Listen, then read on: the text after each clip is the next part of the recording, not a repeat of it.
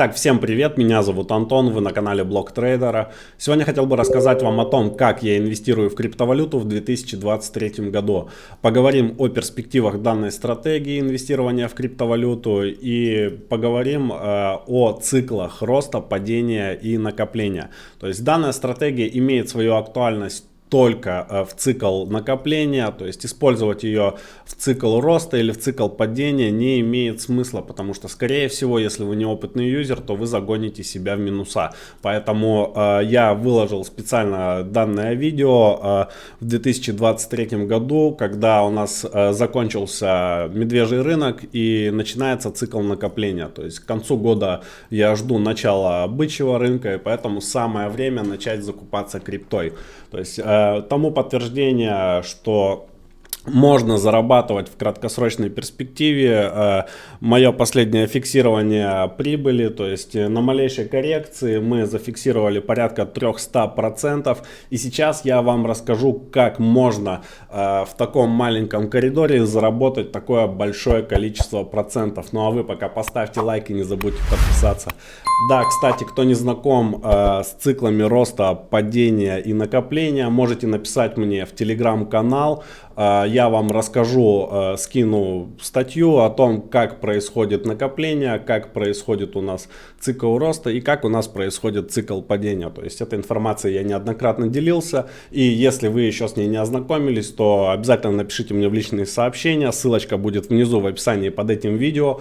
Итак, давайте на примере биткоина я вам расскажу, как можно пользоваться данной стратегией для торговли на криптовалютном рынке. На сегодняшний день криптовалюта является достаточно волатильным инструментом, поэтому использовать данную стратегию вполне можно на цикле накопления. То есть, что важным хочу сразу выделить. То есть у нас есть график, да, обычный график биткоина. Здесь я на примере фьючерсного графика показываю, то есть это не важно, нам нужен сам график. То есть делать, конечно же, я буду это на споте накопления. То есть сейчас на примере данного графика я покажу, как я произвожу покупки того же биткоина к себе на спотовый кошелек для того, чтобы заработать те самые проценты. То есть в первую очередь нам необходимо выделить наш локальный максимум и выделяем все наши локальные минимумы. То есть я показываю на примере сейчас, как это делается, то есть выделяю каждый минимум. Конечно же, я заранее подготовился, все уже отметил, вот у меня есть один максимум и все остальные минимумы. Для чего я это делаю? То есть у нас есть отметки и, конечно же, выше, на которые сходит биткоин в среднесрочной, долгосрочной перспективе, но я собираюсь заработать максимально быстро, поэтому меня не интересует все, что находится выше. То есть все, что находится выше, это отдельные стратегии и отдельный подход. То есть в данном случае мы будем работать именно вот в этом коридоре. То есть с сентября месяца я накапливал позиции и вот буквально на днях зафиксировал прибыль. То есть считаю вполне адекватным решением, достаточно хорошую прибыль я зафиксировал. То есть порядка 300% с сентября месяца. Итак, мы отметили все максимумы, единственный максимум и все минимумы. Для чего мы это делали? То есть на текущих отметках я не покупаю биткоин, то есть я не делаю никаких покупок. То есть разберем на примере маленькой суммы, чтобы легче было считать, округлим там $100. У нас есть $100, которые мы хотим инвестировать. То есть те $100, которые мне не жалко в случае чего потерять, я инвестирую вот в биткоин. То есть у меня есть понимание, что если я прогорю в данной теме, то крипта она просто уйдет на дно, она исчезнет или заскамится. То есть, но это 1% из 100, что такое произойдет. То есть второй вариант развития событий, я на этом заработаю. То есть мне не жалко потерять $100 и я готов заработать. Все, я понял, для чего я пришел на рынок, разобрались, определился с суммой. Итак, поехали. Я не буду инвестировать сразу все $100 на текущей отметке. Сейчас объясню почему. То есть, допустим, мы купили биткоин на $100 на цене 22 700. То есть при любом нисхождении мы видим убытки. То есть вот у меня цена, процент, 1,5%. То есть и при каждом обновлении минимумов мы видим, то есть минус 8%, минус 16, минус там 20 и так далее. То есть и все, мы будем сидеть, видеть убытки. Понятно, там, если цена пойдет вверх, мы там увидим какую-то прибыль. То есть так никто не работает. Так работают хомяки. Обычно хомяки так фиксируют после таких инвестиций, фиксируют свои убытки. Как поступаю я? То есть я совершаю первую сделку на отметке 22 337. Ставлю отложенный ордер и покупаю на $10 актив там. Что я делаю дальше? То есть в случае нисхождения, то есть у нас, если актив продолжает свое падение, да, обновляет свои минимумы, что скорее всего происходит, я покупаю еще на $10. То есть данная стратегия, она всем известна, это обычное усреднение. Я усредняю свою позицию, но давайте вдадимся в детали. То есть это не просто усреднение, а это достаточно хорошая стратегия с достаточно хорошим заработком. Сейчас я вам все на примере покажу, распишу все на цифрах, и каждый для себя сам уже сделает вывод, актуально это или нет. То есть на текущий момент у меня совершено, допустим, 2 сделки, да, я все потом в цифрах это покажу. То есть по первой сделке я имею убыток в 7%, то есть это 70 центов. То есть по второй сделке я в нулях. То есть в случае, если мы обратно откатываемся, моя вторая сделка уже на плюс 8%, по второй я в нулях, соответственно я на плюс 8%. В случае восхождения в район 23 420 у меня 13% по второй сделке и плюс 4% по первой сделке. Соответственно, это там почти плюс 18%. Если копейки считать, у меня получается с данного усреднения, то есть там $1.08. Идем дальше. Что можно... извиняюсь, у меня тут было 20 баксов вложено, поэтому 3,6. Идем дальше, то есть в случае, если мы вложили всего $20, мы как бы не теряемся. Если будет обновление максимумов, можно будет зафиксировать прибыль. То есть если не происходит обновление максимумов, что мы делаем дальше? Скорее всего, так как у нас, это...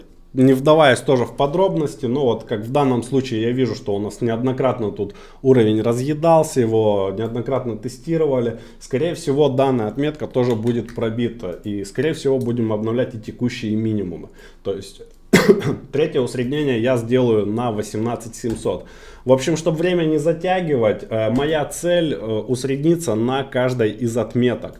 То есть у меня отмечено в данном случае 10 уровней поддержки, да, 10 минимумов. Это не уровни поддержки, извиняюсь, это просто минимумы. То есть не надо никаких знаний, чтобы отмечать данные минимумы. То есть мы все обновляем минимум, раз я отметил. То есть у меня есть 10 отметок для того, чтобы я инвестировал свои $100 10 раз по $10. То есть все просто.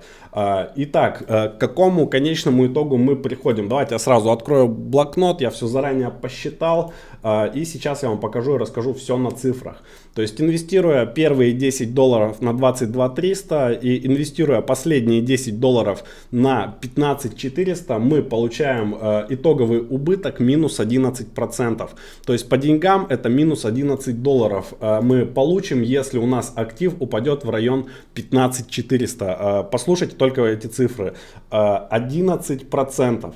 То есть если вы инвестируете свои $100 на отметке в 22 700 и актив уйдет на 15 400, вы получите убыток порядка 32%. То есть вы $30, $32 вы просто потеряете. То есть, понятно, это краткосрочно, временно, то есть, но все равно, согласитесь, такие убытки терпеть не очень приятно. То есть, и когда актив вернется к 22 700, вы будете в нулях. То есть, такое себе. Как произойдет картина, как повернется картина у меня, если я буду усредняться по $10 на каждом из уровней, которые я отметил. Смотрите, то есть мы получили минус 11% от всего нисхождения с 10 инвестициями по $10. То есть идем дальше.